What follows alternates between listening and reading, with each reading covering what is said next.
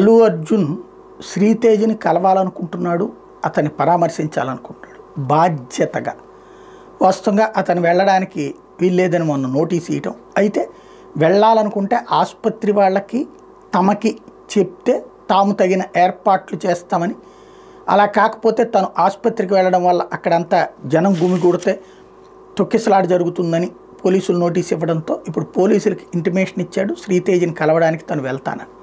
కాబట్టి అతను ఆసుపత్రికి వెళ్ళడానికి డిసైడ్ అయ్యాడు. నేను ఎప్పటి నుంచినో చెప్తున్నా, అతను ఫస్ట్లోనే వెళ్ళుంటే సరిపోయేది. ఇప్పుడు వెళ్తున్నాడు, వెళ్ళి శ్రీతేజ్ని పరామర్శిస్తాడు. ఆల్రెడీ ₹1 కోటి పరిహారం ప్రకటించడం, టోటల్గా ₹2 కోట్ల దాకా ₹2,80,00,000 ఎంతో డబ్బులు డిపాజిట్ చేసినట్టున్నారు.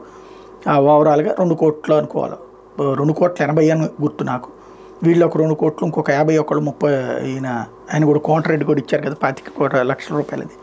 టోటల్గా సరే, అది పక్కన పెడితే, డబ్బుల సంగతి పక్కన పెడితే అల్లు అర్జున్ వెళ్తున్నాడు, పరామర్శించడానికి సిద్ధపడ్డాడు.